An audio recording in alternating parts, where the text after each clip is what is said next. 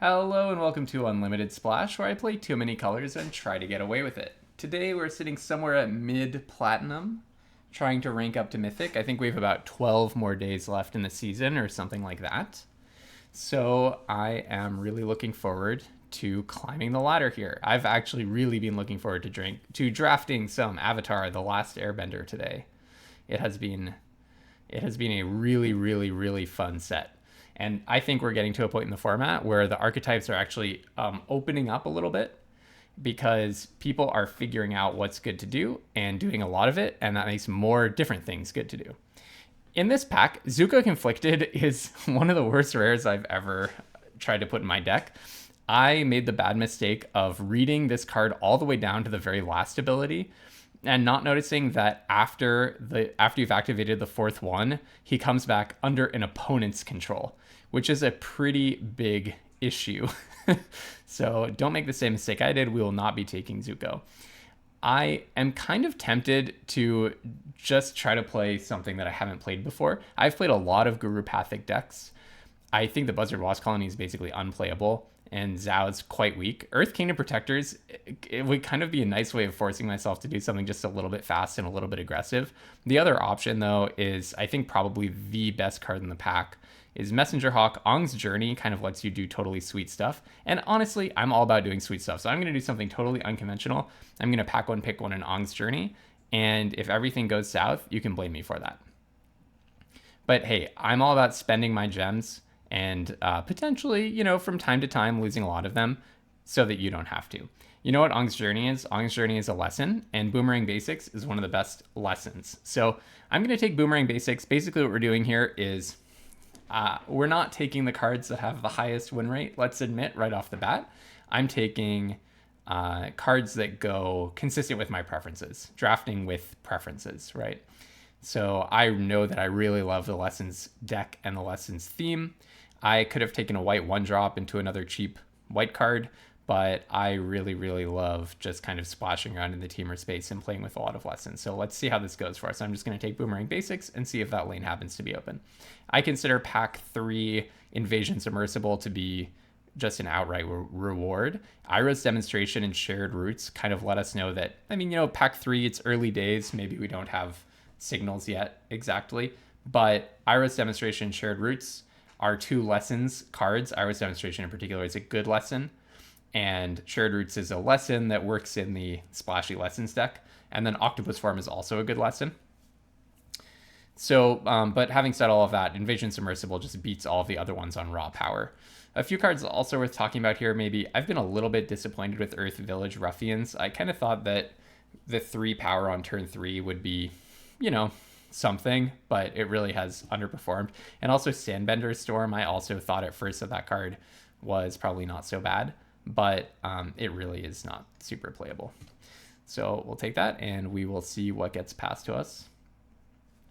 But so far, Invasion Submersible is kind of the only signal that we've seen so far this draft, because that means that 2 people looked at that pack and neither one of them took the Mythic Uncommon. I need to remind myself of what Mirror Wing Dragon does.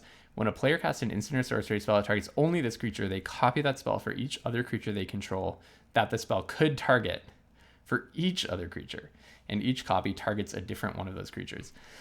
Well, listen, I'm Unlimited Splash. I'm all about doing fun stuff and getting lots of fun equity and having fun. However, and Mirror Wing Dragon is the kind of a card where if you go off with it, you can crash the arena client and just, everyone loses their mind. However, it looks really hard to pull off. Even I probably don't want to waste a million gems trying to do this. But you know what is a fun, splashy card that we can try to build around?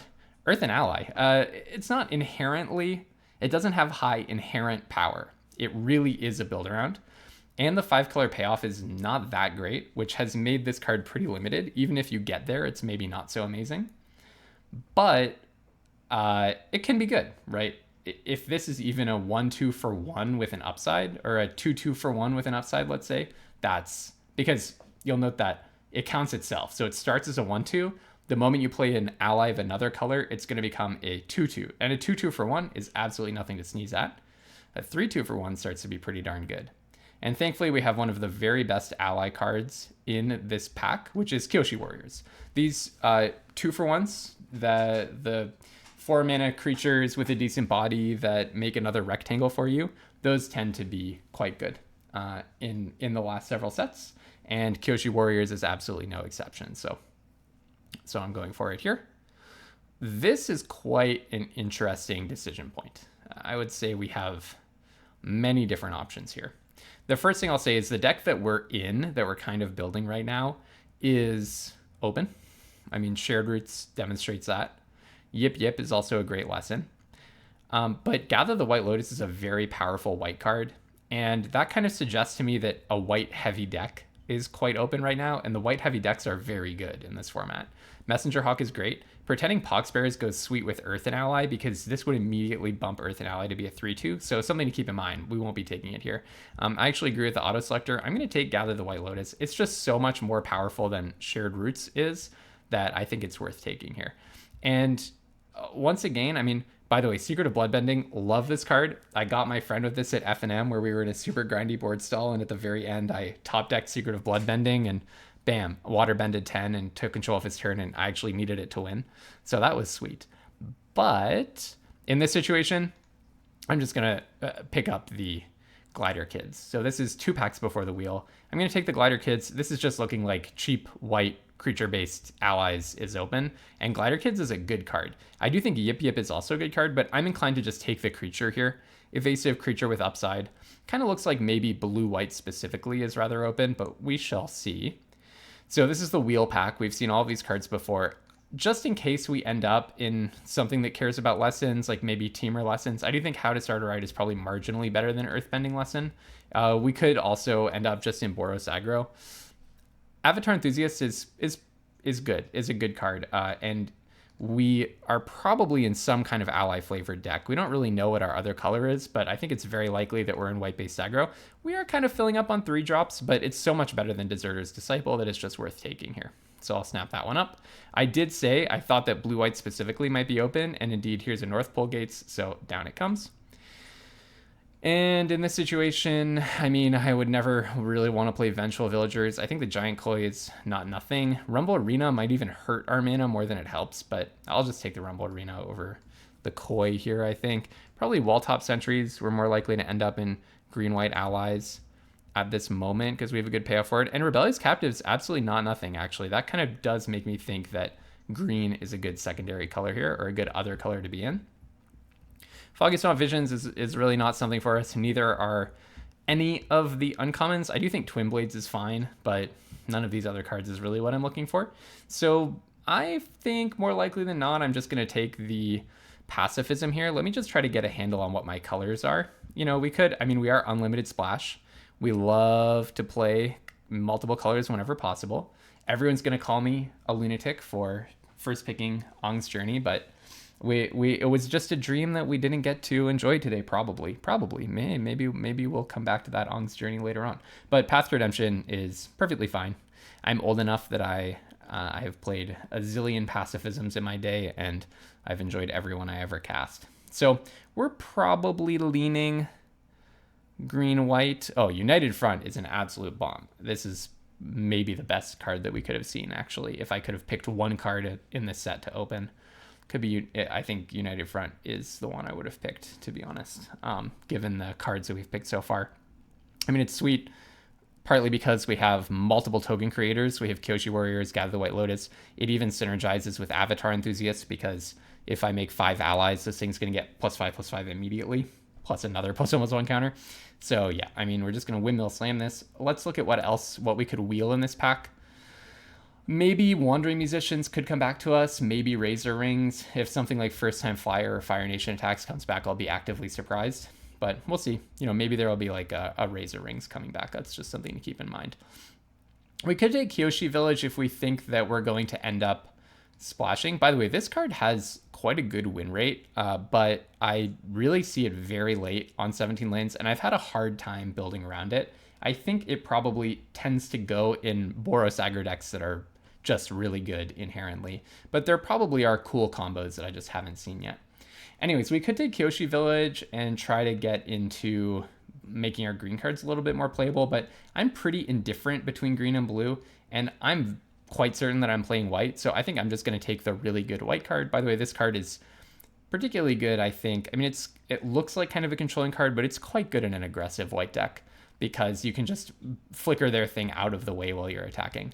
And once again, we're just getting more and more and more reasons to be in the best color in the format. I know I'm unlimited splash, but the unlimited splash philosophy is build a good deck that uses a weird, quirky strategy or does kind of egregious things. Gather the White Lotus is ironically, as a monocolored card, right in line with my philosophy, because a monocolored deck is usually not what people are expecting, and it can do egregious things. You can make, 7 1/1s and then give them all +1/+1 counters when you make another 7 1/1s or something. The ceiling is very high on the kinds of cards that we're taking right now. However, we're obviously not going to just try to get into a monocolored deck for the sake of it. For example, you could imagine taking an Ermitic Herbalist here and just trying to bridge the gap between all of my picks by going towards some kind of a Bant strategy, which would fit everything into my deck. The thing is, though, with the double white on United front, plus Gather the White Lotus from rewarding me for having planes, I do, you don't want to like lock in on one vision. I want to spend a little bit longer exploring this idea of, can I just be very heavy white? None of the cards in this pack make me feel like I'm giving up too much equity by doing that. And once again, I actually think in a vacuum, purely, if we had 0 picks so far, the best card in this pack is Yip Yip. It does seem like the teamer kind of, well, no, white is the most open color, but maybe some kind of Bant lessons kind of a situation was fairly open. I'm seeing like a lot of splashy lessons going around late, but so is white aggro, and I'm happy to be in white aggro. Although now we're definitely reaching the bottom of the barrel on white. I'm not going to take a Sandbender Storm over the rest of what's here. The best card in the pack is Lightning Strike, even though I'm not in red. Now we just kind of want to listen to signals. We don't care about what people to the left of us are in. However, this is pick 8. So everyone has seen these packs. I'll just take a Kyoshi Battle fan because I actually am very, very light on 2-drops. Oh, wow, I have no red 2-drops. We did wheel this Razor Rings, so happy to be right on that point. So in that case, I'm just going to start prioritizing 2-drops over basically everything. Otter Penguin is a 2-drop if we end up in blue-white. And Deserter's Disciple is a 2-drop if we end up in red-white. Wow, these packs are all over the place. I worry sometimes that a color is so open that you kind of get closed out of it because everyone to your left also sees that it's open and jumps into it. I think this might be one of those situations because we saw really no white whatsoever in the second half of pack 2. Well, I think Aang Swift Savior, basically all of the Aangs are fantastic. I think Aang Swift Savior is just a reason to favor blue-white. Our colors are pretty even right now, and we almost have enough white to be not quite mono-white, but pretty close to it. We have basically one good red card, and I guess, Earth and Ally would not even be that good. And the average quality of our blue is actually extremely good. Invasion Submersible, Otter Penguin's fine. It's a 2-drop, and we desperately need 2-drops. And Boomerang Basics is pretty good. It's good. So, Aang lets you airbend a creature or a spell, and then it 4/3 with flash, and it has flying. And it lets you transform into something that is basically not something that can be beat. I don't think we'll be on Katara, although it's not impossible to imagine picking Katara in this situation and trying to make it work. But I think we're just going to take the straightforwardly amazing Kyoshi Warriors. It's possible we're low enough on 2-drops that I should just be taking the Otter Penguin here, but I think the gap in power level is too real. By the way, just compare Aang. So Glider Kids is pretty good. I was happy to be taking that in the packs where I was taking it. Now just compare Glider Kids to Aang, and you'll see how good Aang is. Okay, so I'll take Kyoshi Warriors. That should probably be my last expensive card that I take. In this situation, it's between Avatar Enthusiast and Otter Penguin. Oh, there's another Earth and Ally. That's so funny. I really don't think I'm supposed to try to do some kind of... I am Unlimited Splash. I do have Aang's Journey and a North Pole Gates and a Rumble Arena. But I really, with double Gather the White Lotus, I really don't think I'm supposed to get into any such shenanigans. So clearly Avatar Enthusiast is a lot better in my deck in terms of power level than Otter Penguin, but my lack of 2-drops is actually a big problem. So I need to be prioritizing 2-drops over absolutely anything, and that includes Kyoshi Battle Fan. I know that it looks really awkward to be passing Firebending Lesson, even Fire Nation Cadets, and just taking a Kyoshi Battle Fan. But the thing is, someone I think also maybe got into white aggro. However, they did just pass us the best uncommon probably in the set, or one of the Invasion Submersible is the best uncommon, but one of the very best uncommons in the set. It is a aggro card to the max. I actually have 3 lessons, so could conceivably turn on the second ability, but which would cheapen Gather the White Lotus and United Front, but that doesn't even matter that much. I'm just granting it for sure. The card selection is what really helps with this card. Here I have a choice between Lost Days and Messenger Hawk. I'm just going to look at I have 5 pieces of interaction, 6 if you count Aang, 7 with the Submersible, and I have a lot of 5-drops. Hopefully I'm not playing Rabaroo Troop, but I think I'm way more likely to want Messenger Hawk than the other ones, even though I do have a lot of 3-drops. I think this is just better, and I do think it's better than Water Tribe Captain, and what's worse than a 3-drop? A 4-drop, so I don't think I'm going to take that other card. I mean, I could take a 3rd Otter Penguin with Gran. It does get better. I don't have that many ways of drawing another card, but I think it's got to be better than the second. The 3rd Otter Penguin is better than the 2nd Razor Rings, I think. The Otter Penguin lets me not play Rabaroo Troop, which has got to be a good thing for me.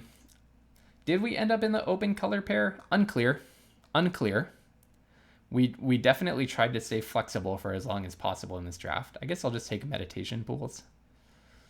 And Ermitic Herbalist is wheeling. That's painful to me. As unlimited Slash, that is painful to me. I mean, I kind of set out to be in the Teamer Lessons deck, and then we just got set up with Gather the White Lotus plus United Front. So I suppose I'll take this. If I go 0-2, maybe I'll see if there's a cool Teamer build in here that's very Lessons-centric. This deck is not even that aggressive. It's really just sort of tempo-ish, blue-white tempo-ish. Sure, I'll take this semi-board wipe and absolutely nothing and a turtle duck. All right, so, did we read signals that draft? Maybe. Maybe. I'm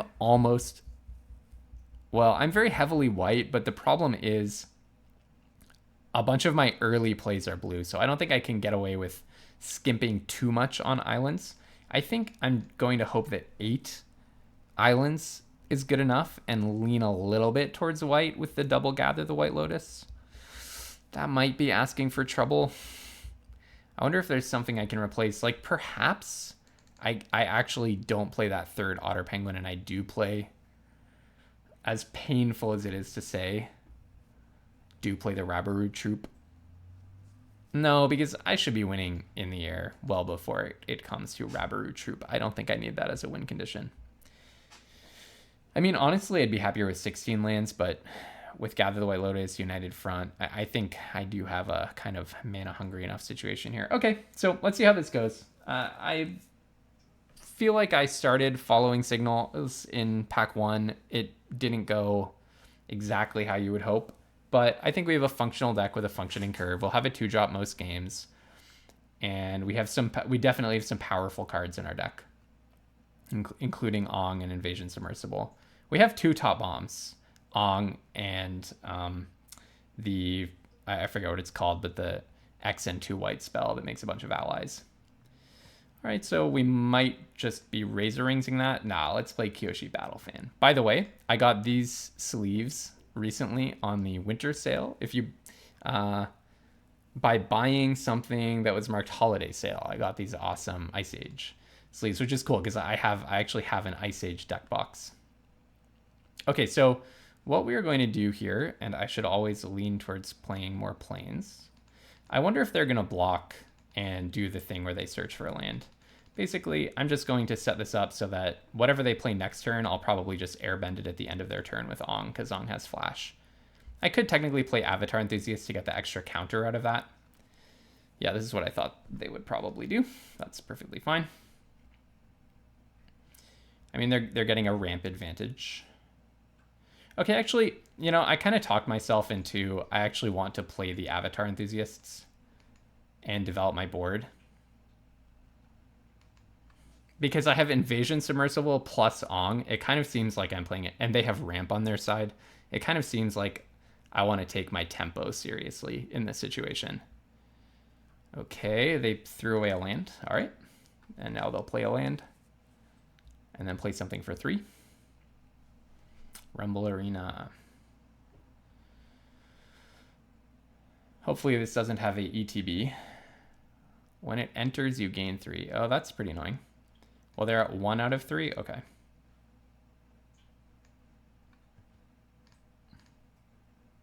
So they're at 1 out of 3, and it can't attack or block until you hit that. Okay. Bonk, bonk. And end. I'm definitely not going to Invasion Submersible it. All right, let's see what they've got. Pretty impressive ramp deck going on here. Coma. At the beginning of each upkeep, you make a 3/3 blue serpent creature token named Coma's Coil. Sacrifice another serpent. This is a different Coma from the one that was in Foundations. I haven't seen this one in this set yet. Oh, that's easier to read. You make a 3/3 at your upkeep. And then when you sack a serpent, you tap a permanent and it gains indestructible. Okay. So I will airbend that. They can recast it during their turn.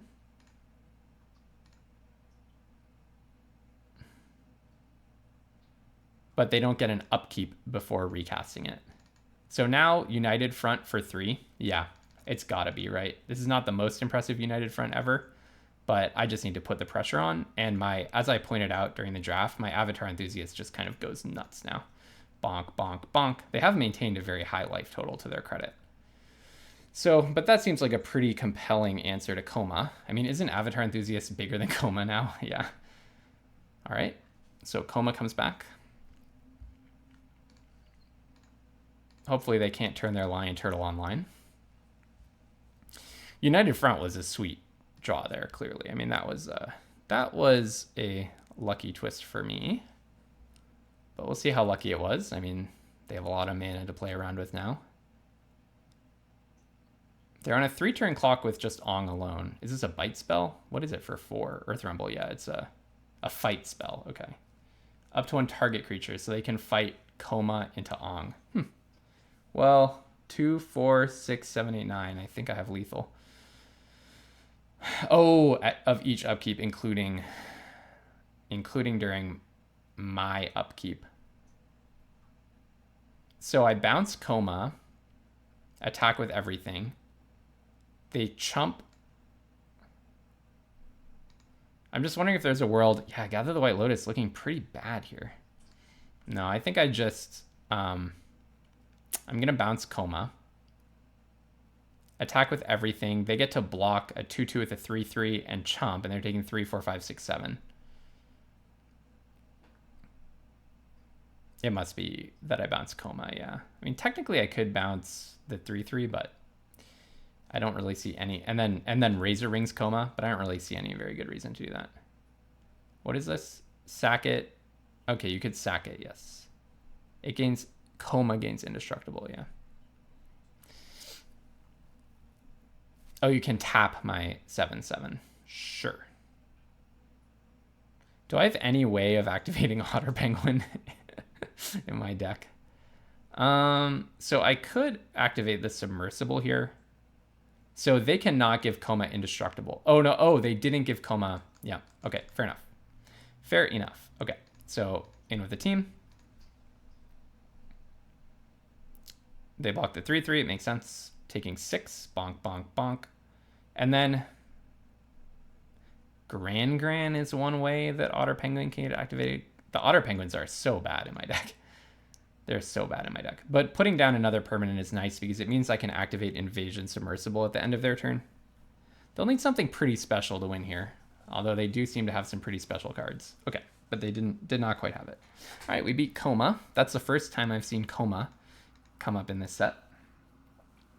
Platinum 3. Oh, we have a ways to go. My goodness, I need to keep drafting. I feel like my drafts have been going pretty well, knock on wood, but like my results have been pretty good. I just haven't gotten in enough volume to really pull myself up to Mythic. So I need to take my time limit seriously. Doubles Gym Leader, is that some kind of Pokemon reference? I haven't played Pokemon in about 20 years, so apologies to Pokemon fans. This is a pretty bad hand, but my deck, what am I going to do? Mulligan and hope to get an Otter Penguin? Like, I just don't have that many 2-drops. It's a big, big weakness of my deck. A big weakness for sure. I also don't have that many cards that benefit from Boomerang basics. Messenger Hawk is a way that Otter Penguin can get in, so that's nice at least. I'm glad that they also had a slow start. I definitely want the Scry here, because I'm not going to be cracking the clue next turn anyways. Let's see. What could they have here at instant speed? Struggling to think of something relevant. Yip. I would kind of rather just have another creature. I already have 2 interactive spells in my hand. What is this? At instant speed? Huh, strange.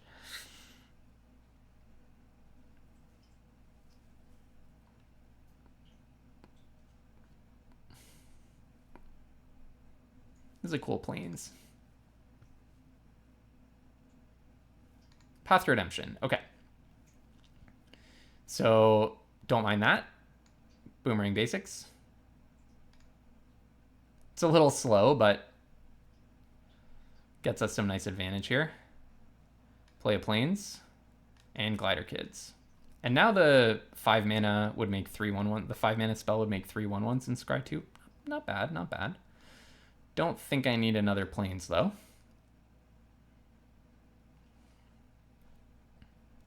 Boomerang basics is I just love effects like that. Bounce and draw, yeah, don't mind if I do. Splash Portal is my favorite Bloomborough card, for example. Okay, so when this is a attack trigger. Okay, so and no reach or anything, right? Okay, so that's gonna get redemptioned for sure. Bonk, plonk down a Hawk, and Path. And now the idea is just flyers galore. Feeling pretty good about my hand. I like the airbending lesson here. Like now we're just trying to push damage in the air, right? We just consistently want to get damage in the air. The Hawk is only going to be a 3/2 for 1 attack, unfortunately.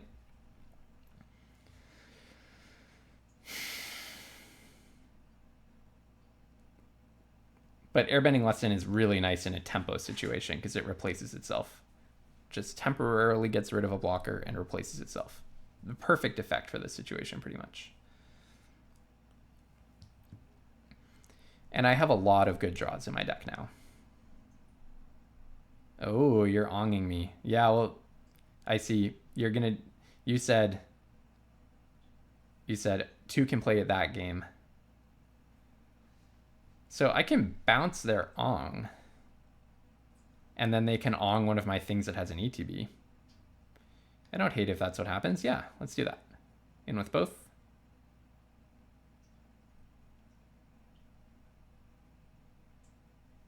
Let's see what they do. I'm happy to trade here. I don't mind. Essentially, if we trade here, I know for sure I can... Oh, I'll do this. Will I? Because this is how I'm going to get my damage through. Yeah, I'll do this. I want the card. I want the card. Ugh, too many lands. Yeah, I was thinking that maybe I want to play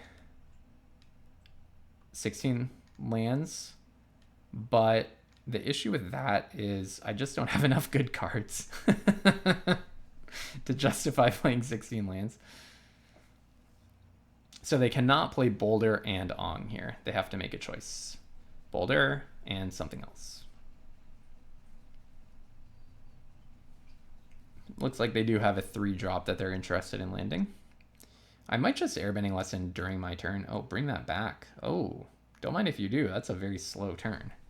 Yeah, I'm sick of not drawing anything, so I'm going to airbend this, partly because it also means that Messenger Hawk gets +2.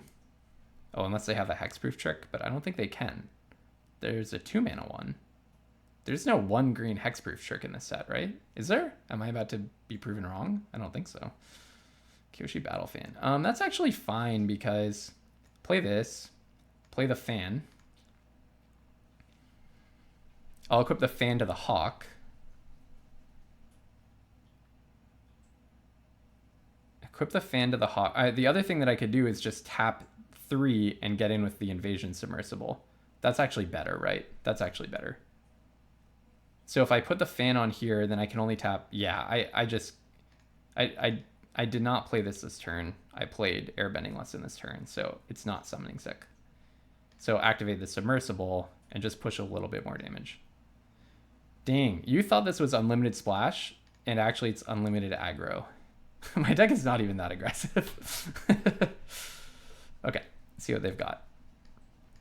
So perhaps they can Aang something and also Path to Redemption. That would get rid of 3 + 2, and you're taking 4 damage next turn if you do that. Probably they get rid of the token.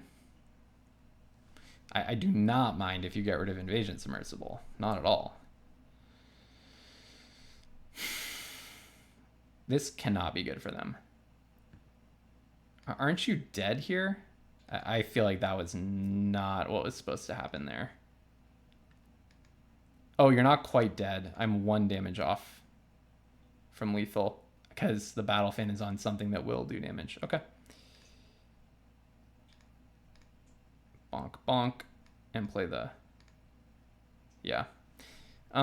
Yeah, so you probably should have airbent the token, put the pacifism on a 2-power creature. No, that wouldn't work. Put the pacifism on the 3-power creature, and then you're looking at 3 damage. Oh, maybe... yeah. No, I was going to say maybe what they're afraid of is that I have a way of drawing with Messenger Hawk, but actually in that line, they would still have the Aang, because they didn't give me the recast of the submersible, so they would have had a blocker for the Messenger Hawk if I could pump it. So, yeah. I think that was a misplay, but it seems like the opponent was feeling like they didn't really have an out. Well, that's a mulligan. That's a keep. Gran's so cool. Do I put back Gather the White Lotus? Yip Yip lets Gran attack. But Gather the White Lotus is... I don't need to be cracking in with Gran. Well, maybe I do. Actually, isn't this just like a sweet start? You have, like, your Gran is buffing your Otter Penguin, and Yip Yip lets Gran keep attacking into blockers. Honestly, it could be that I put back a Plains, but that feels risky. Yeah, I don't know. Maybe that was like a totally bizarre keep, but it just feels right to me. Because these 3 cards together are explosive. This should be many turns of Gran attacks. Another Otter Penguin. That's cool. That's cool. Well, there are many ways that this could go south, but it could also be pretty sweet.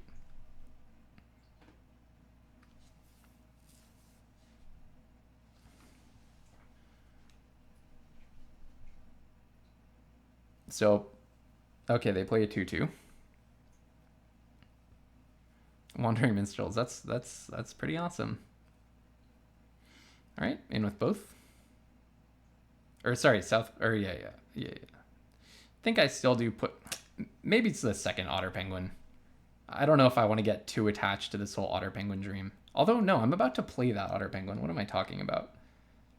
I'm about to play that Otter Penguin. That's my plan for this turn. So I'll get rid of this trigger, or just 1 trigger, I mean. See what you do. I can't imagine that you'll block. Maybe you have to, because you can't just be taking Otter Penguin every turn. Yeah, I'm glad I kept that Yip Yip. This is so funny. Oh, all right. I'm cracking in for 6 Otter Penguin damage next turn. It's pretty cool. This is fun. Who knows how this game will go, but it's been pretty fun. Soka, oh man.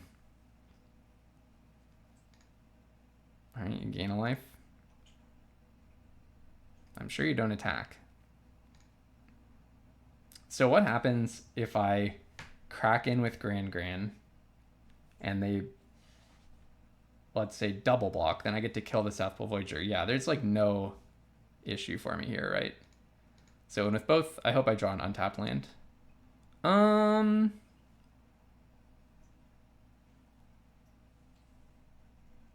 I could throw away Wandering Musicians at this point. Is it? But it's really good, right? Honestly, I kind of just want to toss the Messenger Hawk and get to play the Musicians next turn. Messenger Hawk I would get to play this turn, so maybe I throw away North Pole Gates. And then I at least have... because they could block here. I wonder if they do. Because like Gran Assault is getting pretty oppressive. So if we assume that they block Gran, I'm going to have to play Yip Yip, and then I'm not going to get to play Messenger Hawk this turn anyways. So... And if they don't block, I get punished for pitching the Messenger Hawk. But then still I get to play North Pole Gates and play Wandering Musicians next turn, which I wouldn't get to do otherwise. So, okay, I'll just do that. It's a really counterintuitive discard. I'm curious what other people would do in this situation. That's fair. So I'll Yip Yip my Gran. Maybe I should have done that before damage, actually. Just want Gran to survive to fight another turn. Yeah, maybe I should have done that before blockers. Now that I think about it, because of the block with Ahsoka. Yeah, I should have done that before just to cheat in a little bit more damage. Well, that's okay. All right, a tap land. Gran's good for another few damage. Yeah, this would be 6, 7, 8 damage off of the Musician. That's pretty sweet. It might get quenched though. Or no, they already played their land. They can't also play an island and quench me. Thank goodness. Really? Okay, we'll never let value go to waste, I guess. Oh man. And now I just want to play Invasion Submersible and represent lethal. Because that would be lethal next turn, right? This is 7 and that would put you down to 6. That's so funny. Kyoshi Warriors, is that better? Nah, I think Wandering Musicians is probably better. I think. Because it gives the otter, it buffs the otter penguins. Bonk bonk, and for 7. Bonk bonk bonk. Put you to 6? Alright. You need an answer. You need a removal spell, basically.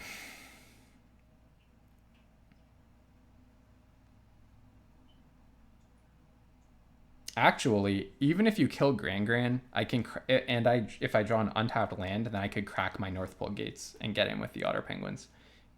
Earth Kingdom General, you're going to gain some life. Yeah, you're going to gain 3. Annoying. Okay. Wow, the life gain actually makes a huge difference. A huge difference.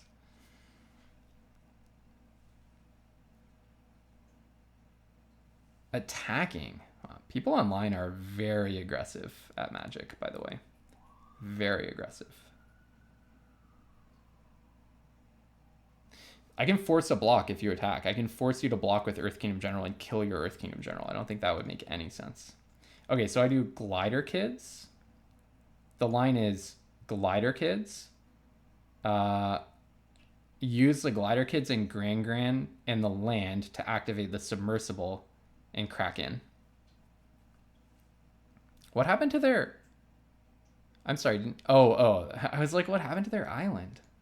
Do I want that? Yeah, it's just going straight in the bin anyways, so that's fine, right? I guess maybe I should just give myself a choice of, do I want a better card instead of the Wandering Musicians? Like a Yip Yip here, for example. I guess I don't have another Yip Yip, do I? So tap, and tap this one, because I want to attack with the Glider Kids this turn. This deck is fun. This is a fun aggro experience. Kyoshi Battlefan is really good, right? Because it's faster than the Musicians. It can get me an extra damage. So I think I actually do keep that. Like, it's 4 mana to get an extra damage instantly. I mean, Wandering Musicians is good, but it's a little slow in this situation. And then in with all 3, I imagine. Just clear the ground a little bit. What do you have? 1 blue. Oh, Octopus Form? Okay. Sure. You may do that. In for 3, bonk bonk. Okay, there are a lot of ways for me to win here, but if they can earthbend 8, then then I feel my win conditions slipping away. So let's see. Earthbend 3. Okay, so you go up to 6. Well, then you lose. Oh, but you gain 1. No, then you still lose because it doesn't have reach. I think I still have lethal here. You go to 7, and I just need to get in with 2 otter penguins and a glider kids. And if I attack with Gran, I get my draw trigger. And all your lands are tapped, unless you're about to play another land. But I think you 1, 2, 3, 4, 5. I think they just played that second island, if I'm not mistaken. Yeah, I think I win, right? Don't I? I did recently play an LCI match where I blundered lethal by exactly 1 damage. It was so painful. They had the 2/2 that gets +1/+1 when it attacks or blocks if you have a dinosaur. And I thought it was just when it attacks. So I attacked with a trampler for exactly 7, I thought. But they managed to block. Okay. I'm just going to triple check here. Gran buffs the 2 otter penguins and makes them unblockable, right? This thing is worth 2. Nothing has reach. And no.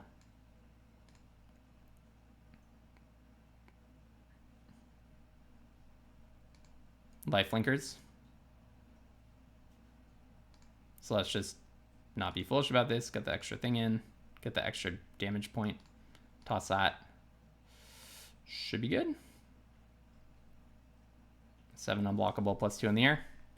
They said, before I go out, I'm taking that stupid Gran with me. Rest in peace, Gran. You did a good job. Gran is such a good card.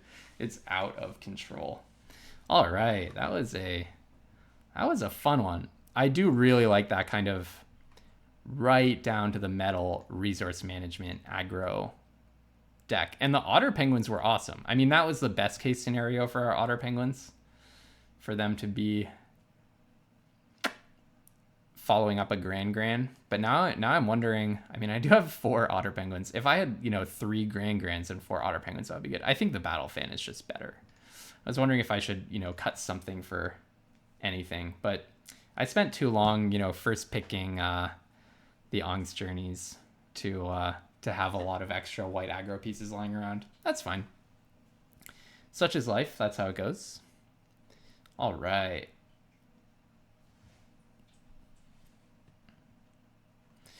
Can I keep this? Can I possibly keep this? The opponent is on the play. We have no 2-drop. Even if we draw an island, we don't have a 2-drop. If we draw land, we do have a lot of options on 3. I mean, this is like the problem with my deck. This fully goes down to deck building. I'm just really missing 2-drops. I don't think that this can possibly be kept. Is this much better? Not really. Not really. All right. Hopefully not too aggressive a red deck given what I'm looking at. At least these are, these cards go well together. Okay, Gran. Better late than never. Turn 2 Gran is still pretty good. So Firebending Student is going to Firebend 1 this turn. Oh no, they could Prowess and then... I feel like it's at its best in Is It, but there's still plenty of instant speed stuff to do in green-red. All right, down comes May. And anything else? In with the student. Yeah, I will not be blocking here. Absolutely not. Gran knows better. Prowess, yeah. Is there anything that they could have for 1 green that punishes me if I attack? Just thinking for a little bit. Is there anything that they could have at instant speed for 1 green? Well, no, I don't think so. There's size makes sense, but it's a sorcery. What else? I don't think there's anything here. I really don't think there's anything here. If I get punished, it's on me, but Hopefully at worst it's like a 1-for-1. Okay, Otter Penguin's day has passed.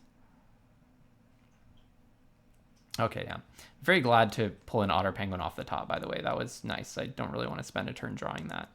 Wandering Musician should be a nice way to shut them down a little bit. And then hopefully I can rip off United Front for 3 or 4 and get a really chunky Avatar Enthusiast. This is like the ultimate. I love this little combination here. You know, no, I'm happy to just take that. I mean, they can put a double strike counter on May and maybe start getting in some damage, which I would not love, I'll admit it. Double strike is a nasty ability. Rocky Rebuke, giving prowess to everything, and then also putting a double strike counter on it. Oof. Nope, no double strike counter. Okay. Tigerdillo. Huh, interesting. And Seismic Sense. So they did have a Seismic Sense, it's just, it is a sorcery. So they didn't want to save that for prowess? That's interesting. That seemed like a pretty bad exchange to me. I would think you would want to save that for prowess. Should I attack with Gran? Probably, and I probably should have done it before playing the land, huh? Yeah, I don't think Gran is in chump blocking mode just yet. So let's do this. I'll gather the White Lotus. That's a pretty good one. I'll probably put back... Actually, Messenger Hawk, I think, is pretty bad here. Dang, I wish I still had my Avatar Enthusiasts. But yeah, let's pitch the Hawk, and then I'll play Wandering Musicians. And it's going to get into the business of blocking for me before I have my chump blockers online. Gather the White Lotus into United Front is good. I just need to survive. They might be about to play like Flopsy. Okay, not a Flopsy yet. Oh. I don't hate this. I do not hate that. Oh, that's a nice one too. Maybe I scry. Technically, I could attack with Gran if I want to. And maybe I end up pitching the... I mean, Razor Rings is a nice one. I kind of want to use Razor Rings defensively, but I don't really have that luxury. If I go in with Gran and cast the Razor Rings and draw a land, what would I even discard, though? I think it's better to just play the Glider Kids and try to put something good on top. Hopefully a land. Yeah, that's exactly what I want. Now, I could send in Gran, pitch something. I just don't think that's a good move. I think let's have a little bit of patience here. Since I didn't do anything last turn. Wandering Musicians is just such a good blocker against May, because if they have a non-creature, they still can't kill it with Double Strike. Alright, so gather the White Lotus, scry 2, put a land on top, but not a tap land. And then we're going to have a United Front next turn.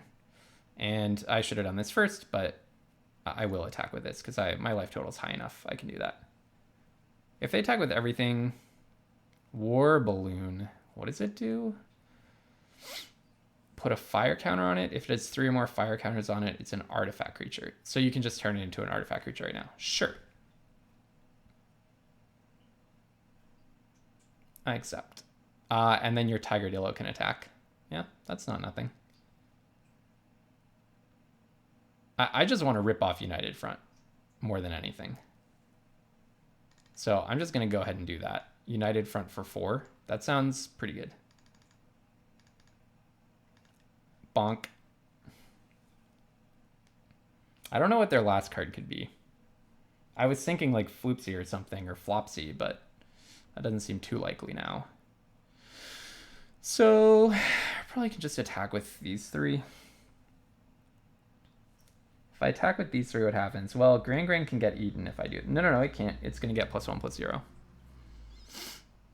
I want to stay out of attacks. Yeah, maybe just attack with everything now that I think about it. I kind of wanted to hold up Razor Rings for when I'm ready to attack, but... So the thing about attacking with everything, yeah, like, they can activate their War Balloon, but Tigerdillo and War Balloon still die to anything I'm attacking with. Is this a lethal attack? No, not quite, right? So this is 8, 9, 10, 11, 12, 13, 14, 15, 16, 17, 18, 19, 20. It is. So I do have to do some blocking. Suppose I have like a removal spell. Yeah, this is just a good attack. This is just a good attack, for sure. Yeah, I can get rid of the battle fan. That's fine. United Front is a little bit good, huh? Yeah, suppose they have, like, I don't know, firebending lesson or something. They could shoot one, but then even Tigerdillo can't block. Oh no, they could activate this. Yeah, it just doesn't matter. Like, May might get to pick off something in that situation, but okay, yeah, they don't really have a block here. And I have tons of ground blockers. And we're going to do some trading anyways. If they block with War Balloon, then their Tigerdillo is offline, so that's kind of a 2-for-1. The problem with Tigerdillo is it's just begging to be 2-for-1. Like, what if I had 2 mana up and I could Razor Rings a War Balloon? Just turn off Tigerdillo. Or, you know, that doesn't really work because it would have gotten to block, but I could, like, airbending lessen the War Balloon before blockers or before attackers. Okay. Double blocking Gran. Oh, you have some prowess. That double block suggests to me that they have some prowess going on here.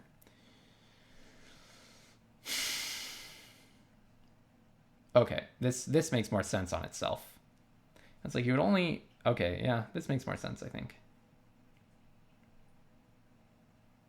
I wonder what out they're playing to here. Oh, we're just going to damage? Okay. Yeah, I will do the 3 to May. Trading Gran for May, that's pretty cool. 4-1, so I don't even have to choose. Bonk, bonk, bonk, bonk, bonk, bonk. Okay. And I have 4, 5, 6, 7 2/2s. So we're representing 14 damage next turn. They got a little flooded, maybe. They drew like 4, 5, 6, 7 to 1, 2, 3, 4, 5, 6, 7, 8. No, they... And that was a seismic sense, so they actually drew more non-lands than lands. It did seem like they drew a lot of lands in a row, though. All right, we are climbing. We're climbing the rankings here for sure. I just can't wait for everyone to see how I first picked Aang's Journey and I ended up in blue-white aggro. Okay, but 4-0, 4-0. Let's keep it rolling. These have been... Some of them have been... It's felt like my opponents have been close to stabilizing. In that last game, I was on the back foot for sure.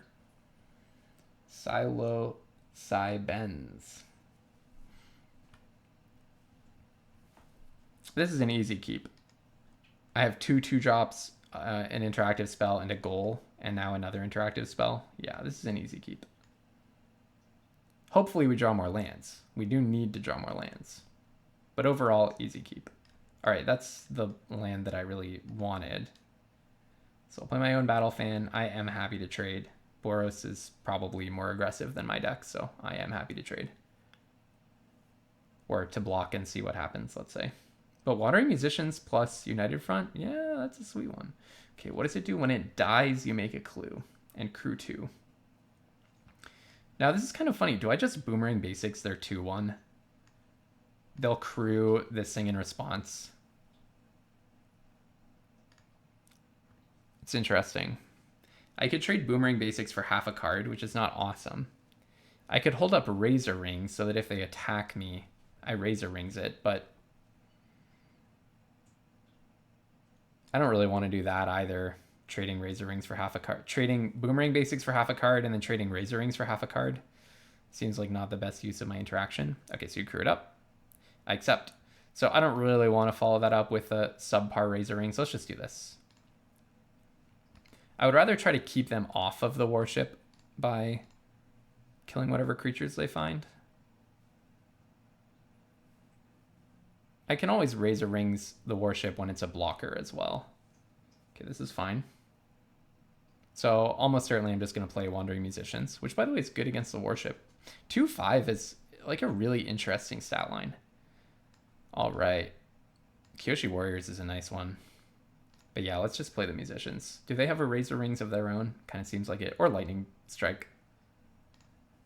Can't attack because they could just crew up their warship and block with a 4-4. And I do not have Razor Rings mana at the moment. But Kyoshi Warriors, all of this going into United Front. Worst case scenario, 2 2/2s and a +1/+1 counter on 5 creatures with the Wandering Musicians out. Could be a lot worse, right? So here, yeah, I'll just play the Kyoshi Warriors. We're just setting up. Unless they also have a United Front, I'm not feeling so bad about this. I don't really want to do the trades. Let's see if okay, let's think about it at least. Almost certainly I want a united front before I'm attacking, but if I attack with everything, they could double block Wandering Musicians, and it would only trade. They could effectively trade Kyoshi Warriors for Wandering Musicians. No, they couldn't because I have to crew 2 on the Fire Nation Warship. But they could just eat one of my cards with Fire Nation Warship. So it is not worth attacking for sure. I didn't think it would be. It definitely is not. Hopefully they don't just play a bigger united front than I play. That would be pretty funny. So my game plan is basically just united front next turn. And then after that, I get to start attacking once I have Razor Rings. And if you're attacking me, I think I just don't care at all. Oh, Path to Redemption. Yeah, that's a little annoying. I'll just take 4 here. I don't care. There is a question about what I do if you attack with Kyoshi Warriors as well. The last Agni Kai, this card. The most incredibly situational card that you could think of. You have to attack with Fire Nation Warship. This made no sense. You can't even crew that next turn. Oh, they don't want me to be able to trade with the 1/1. I get it. Okay, well, anyways, I'll just take the 3. That's fine. I feel like their deck wants me to be at a little bit lower of a life total right now. Well, now I want to play Avatar Enthusiast before I play United Front. So I'll play this and I'll just hold up Razor Rings. It's very obvious that I'm holding something up here because I could have re-equipped the Battle Fan. But hopefully they just think it's like it'll quench ya or something. Hopefully this is not a 6-drop, some amazing 6-drop bomb. The last Agni Kai. Wow. I got by the last Agni Kai. But it makes sense. Like, they just want as much interaction in their deck as possible, pretty much. All right, so very likely they're going to crew up their 4/4 and swing in. And then I'm going to Razor Rings their 4/4. Gaining 0 life and taking probably... Okay, so Razor Rings on this guy. And then it does make sense for me to block here. Taking 5.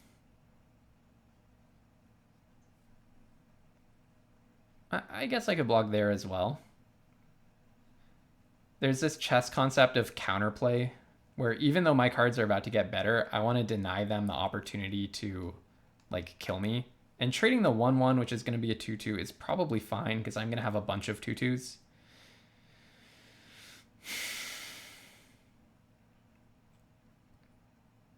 And because their 2/1s are going to trade with the 3/2 anyways after United Front. So I think this is right. It doesn't feel like I'm in as commanding a position as I might like after United Front, but yeah, I'm going to have one really chunky guy. So that's pretty good. And I definitely do this over whatever alternative I have. So Avatar Enthusiast becomes a 6/6, bonk, bonk, bonk. And then I think I'm just in an attacking mood here, swinging for 9. Yep. I mean, they do have a lot of draw left. Like, they actually have a lot of gas. Yip Yip on Avatar Enthusiasts plus Otter Penguin is lethal. Hey, bye. That was an interesting draw for you. Sure. Glider Kids. So I could Yip Yip Avatar Enthusiast for 8 damage, or 9 damage, I mean. So Glider Kids. Counter on it, Scry. I'm just thinking, I actually think this is lethal. Oh, maybe I actually screwed up here because I should have just re-equipped the Battle Fan. But hold on. Is this actually lethal? I need to think. I think it's not quite, but I attack with everything. No, because they have 3 blockers, right? So this would be 9 damage. This would be 9 damage, and maybe I just do it right now because they're about to get to draw a bunch. If they find like a pacifism or something, I lose that line. I wonder if I'm actually supposed to just do this just to get that close to killing them. It's an interesting spot. If I Yip Yip the Avatar Enthusiast and hit in for 9, then they have to draw a combination of things to win. If I don't do it right now,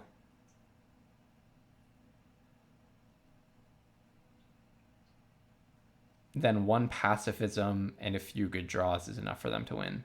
But of course, combat tricks are usually best when they're a surprise. Okay, I think I won't do it. I think it's marginally less risky to not do it. But I get really punished if they can pacifism my Avatar Enthusiast here. You can see I'm not an experienced aggro player. This is not really my forte.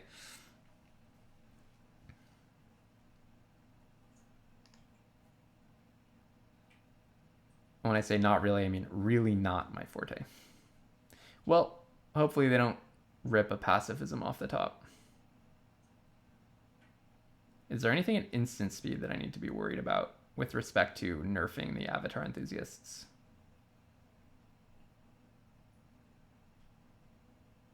Well, it doesn't really matter. I basically just do Glider Kids plus Avatar Enthusiasts. Oh, that's actually quite a nice one. That's quite a nice one. All right, well, I'm just going to try this right now and go for lethal. Because I think if you have lethal, you just almost always should just go for it. Yeah, that'll do it. Hey, we're 5-0. This is, this deck came together pretty nicely. Knock on wood. Every time I say anything like that, I go 0-3.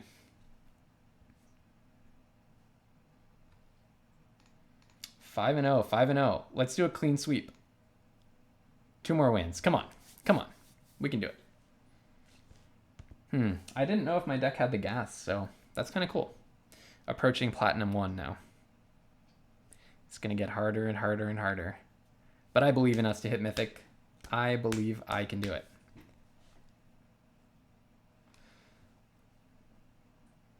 Let's go blue-white tempo. This hand is pretty sweet, actually. Turn 2, Kyoshi Battle Fan. Turn 3, Aang, hopefully.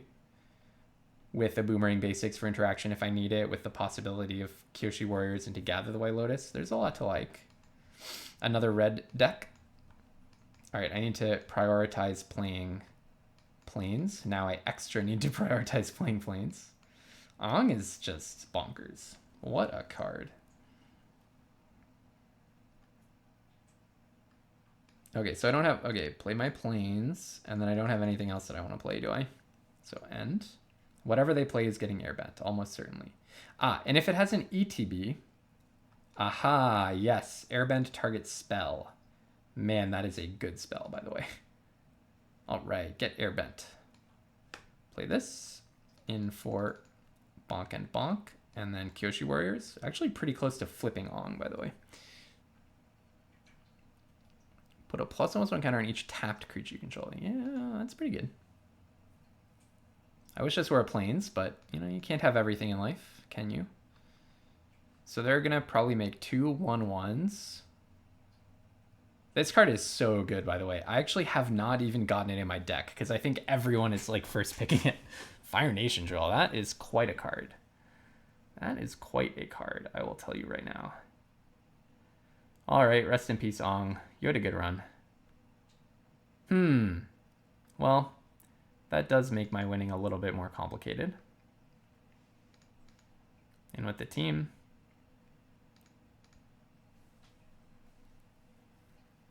And I think I'll play Gather. Do I? Wandering Musicians actually could be sweet here. So this has crew 2. I can Boomerang Basics something. So Gather is not that much more damage. I need to just think about damage. Wandering Musicians is potentially substantially more damage. Play my land and end. We're not wanting to... The only situation in which I'll Boomerang Basics Fire Nation Drill is if it's looking like it'll be lethal. But that's not really a likely situation. And then you get to play that, and then you can crew Fire Nation Drill if you want to. I see what you're doing. It's very canny of you. Gran. Hello, Gran. So if I bounce a 1/1, you crew up the Fire Nation Drill, and maybe I can force you to block my 3/3. Do I even want to trade my 3/3 for Fire Nation Drill? Yeah, probably. But that seems like a weak use of a turn. I think let's gather. See if we can get something a little bit more commanding on top. Maybe I just attack with a 3/3, actually, rather than like doing any fancy bouncing or anything. Invasion Submersible sounds good here. Do I actually want the planes, though? Because next turn I play Gather and Gran. Sounds good, actually. That's probably good. Yeah. So I can attack with everything. We have several options here. If I attack with everything, they can block the 2/1 and the 3/3, or the 2/1 and the 1/1.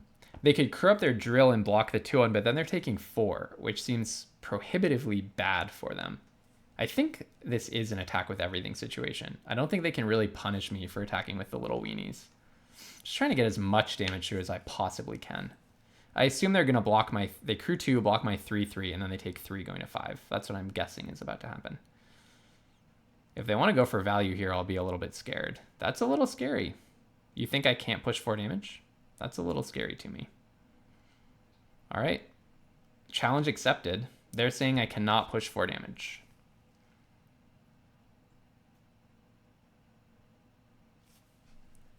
Cave of Two Lovers. What a card. What a card.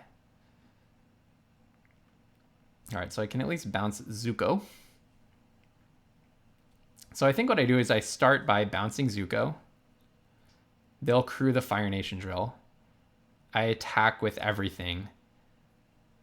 They take 1 going to 3, and then I play Gather the White Lotus. So let's start by bouncing Zuko. There's no way they don't crew here, but just give them the least info possible. Oh, they might have Lightning Strike. That might be the thing here. But that's okay. Like, it's my 1/1s that are going to win the game. I'm not counting on connecting with Kyoshi Warriors. So in with the team. Get through 1 damage. Put you to 3. They are going to get to... They are going to make another creature next turn off of Earthbend. Yep. All this makes sense. Okay, now they said they want to kill Kyoshi Warriors. That makes me feel a lot better about the situation. When they were playing for value, I was like, what do you know that I don't know? Probably a lot. Probably a lot. A lot of people know things I don't know. Oh, Yip Yip. That's just even better than Invasion Submersible, right? All of these are allies, so they'll get flying. So any one of my allies is lethal. Yeah, that's just better. That's just better. 2 top. The scariest thing. And it was a Lightning Strike. Okay. It was a Lightning Strike. I wish I had one of those. Lightning Strike would be pretty good for me right now, I must say. I'm glad I got the Lightning Strike out of their hand. Reach! No, you're kidding me. Oh, man, not Reach. That's not very fair. That's not very fair. Come on. Come on. I don't like that. Dang, Reach. Yeah. Okay, that kind of stops me in my tracks. That kind of stops me in my tracks. I'll admit it.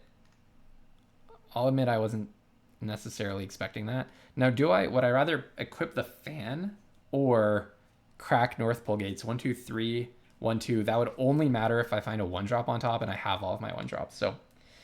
So no, I should just do this. Is there any value in attacking? No way, right? No way. If I Yip Yip Gran, which is a ridiculous sentence, but if I do, I can make them block with the Union Archers. You're attacking me? Wow, that's scary stuff. You're attacking me. I will absolutely not block. Wow. That is frightening to me. Swamp Snare Trap. I don't love that. Okay, I just want you to tap out, please. I ask 2 things of you. Number 1, tap out. Number 2, don't play another reach creature or a flyer. You don't even have to tap out. Just show me what that card is. Raid. Okay. All right, so we actually had exactly what we needed. There are 2 ways to do this. I'm gonna get one through, right? Well, no, let's just style points. A bonk. We did it. We had exactly what we needed. We needed... actually, no. It would have been enough without the submersible, right? Because we would have just attacked with 3, and whichever one they didn't block, we would yip that one. All right, can we get 7 wins and 0 losses? I want to cut through the remaining ranks of platinum like a hot knife through butter and make short work of diamond, and then onto the sandbox of mythic. It is kind of funny that this is not an unlimited splash by any stretch of the imagination. It is a blue-white aggro deck. But listen, the point of the channel is you do have to obey limited fundamentals. You do have to have a good curve. You do have to have 2 drops. You do have to have a high enough creature count or at least enough interactive spells. And then you get to have some fun. Ooh, what a terrible hand. Usually you don't get 1-landers on Arena. I will probably put back the second Otter Penguin. I don't think that's so important here. Ooh, all right. I feel the 7-0 drifting away. Probably Otter Penguin. I don't really care about guiding their removal towards the better target between Kyoshi Battlefin and Otter Penguin, because I don't think either one's going to eat like a Heartless Act here. Ostrich Horse. Oh, I wish that were me. So far, we've only seen black-green, though. Okay, another Plains. I'm not complaining. I will offer the trade. I don't really care. And then I'll play Kyoshi Battlefan. Wandering Musicians with Kyoshi Warriors is pretty sweet with this kind of a setup. I do like this deck a lot. I mean, it's super fun to play, this kind of resource management magic. Ostrich Horse, denying me the information that you have this swamp. Oh, they did have a Heartless Act, just in their deck, not in their hand.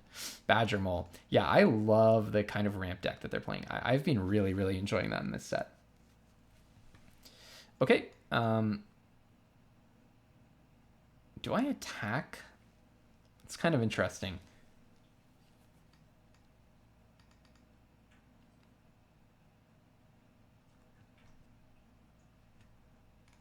I'm going to attack with just the ally.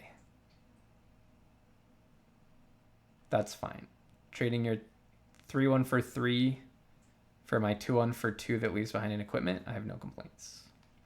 All right, and then I'm going to play Wandering Musicians. Because if I get the Plains next turn to have a good gather, I'd rather have Wandering Musicians out than Kyoshi Warriors after that. I will not be blocking with Wandering Musicians, but I left this Otter Penguin back to represent a kind of annoying block. But they're in colors that have so much blowout potential if I make a greedy block. All right, Callous Inspector. Oh, at least it wasn't a Badger Mole. Turn 5 is really when the green Haymakers deck starts landing Haymakers. I really like this forest. I haven't seen the cartoon of Avatar, but it really reminds me of like Llanowar, like the really old timey. If you look at like Homeland's forests, a lot of them look kind of like that. I'm very happy that they traded my 4-2, their 4-2 for my 2-2, and I think we just have to be mana efficient here. I'm just gonna land the Kyoshi Warriors and don't really want to attack into Callous Inspector. It seems like a bad trade for me. It gives them a clue, and they didn't seem to have that much to do with their mana last turn. I wonder if they have like Flopsy or something, some double green spells, maybe 6 drops. So we'll see. We're about to find out if it was a 6 drop that they're looking at. Rocky Rebuke is okay. Yeah, all right. I was worried about like turn 5 being the turn when they have 1 zillion big creatures. That's fine. You can take down my 2-1 that leaves the equipment behind. I accept. It does let them dig for something big, but I don't really want to be taking 1 damage every turn. That's not really what I want to see. So let's start with Glider Kids. And I'm not going to be drawing a card, so yeah, I can just play the Glider Kids. Yeah, I actually am happy to draw that. I wish I'd drawn it this turn, but happy to draw that. All right, put that on here, leave back the 1/1/2 block. Pretty slow game. I mean, they definitely have speed bumped me. They did a lot of milling. But I do feel very speed bumped for sure. Have we seen any other big cards? Badger Mole, Fire Nation Drill. Wow. Facing the double Fire Nation Drill part of the ladder, apparently. That card is so good.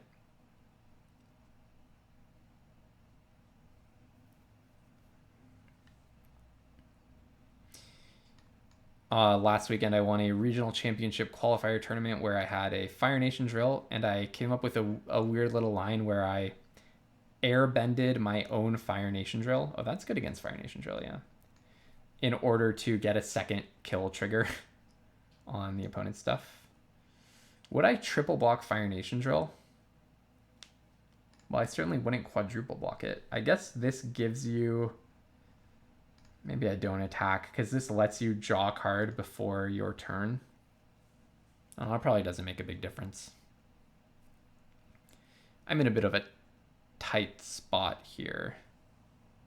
Earth King. Wow, they have Earth King and Fire Nation Drill. I see how they have 6 wins. That's probably GG, because now I can't spend the Razor Rings on Fire Nation Drill.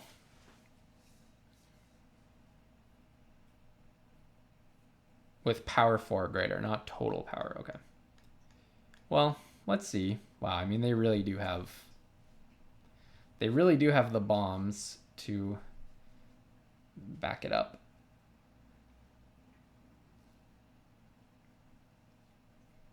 Well, maybe it's not so bad for me.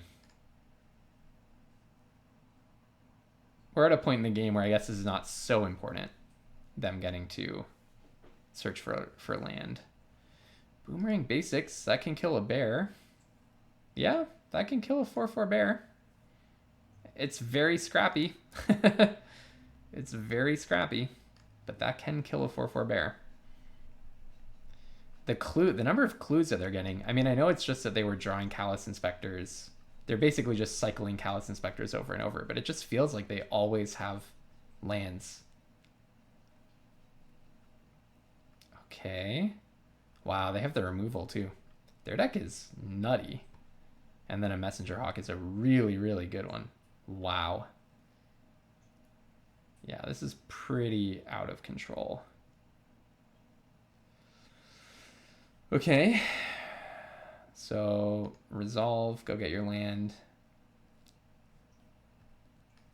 I will shoot the Fire Nation Drill, take 4 and gain 1, going to 14.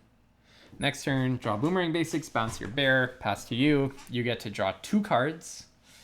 I mean, their deck is just quite cracked. Well, I can still draw Aang, and I can still draw... I mean, I have 2 bombs as well, and I could draw my 2 bombs. So we'll see. I mean, I've now dealt with both of their big bombs. I don't think I can attack, but we'll see. We shall see. Crack your clue. Hopefully that means you whiffed on your first draw this turn. Hopefully it's not like a Badger Mole or a Floopsy or something. Pretending Poxbears. I think I can deal with that, yes. That's an annoying little Earth King that's sticking around. Oh, 2 can play a Messenger Hawk, huh? All right. Let's do that. I'll attack with the guy who has a fan on it right now. I should have done this before combat. That was obviously clumsy of me. I accept. And then you make your ally, and then I put my fan on the Hawk so that it is a lethal blocker against their Hawk. Just holds back their Hawk. Yes, thank you for playing that forest. I wonder why they did that. I'm not really sure. Okay, crack.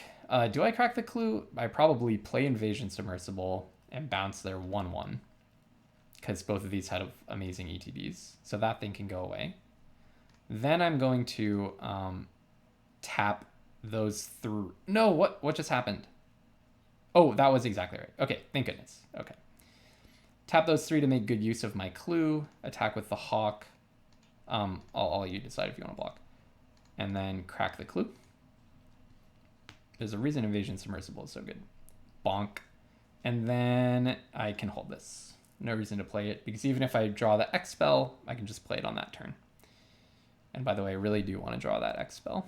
Okay, they get another land. So have I seen, I haven't seen, I have a Gather the White. Ugh, crummy. Now I want to put this on here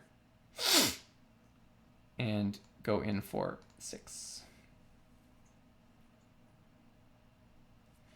And now I definitely do play a land. And yeah, maybe let's move this. No, let's keep it on that. Hopefully they don't floopsy me or something.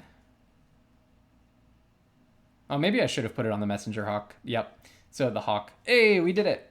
Yeah, I probably should have put it on the hawk so the hawk can attack and not be blocked by their hawk if I draw.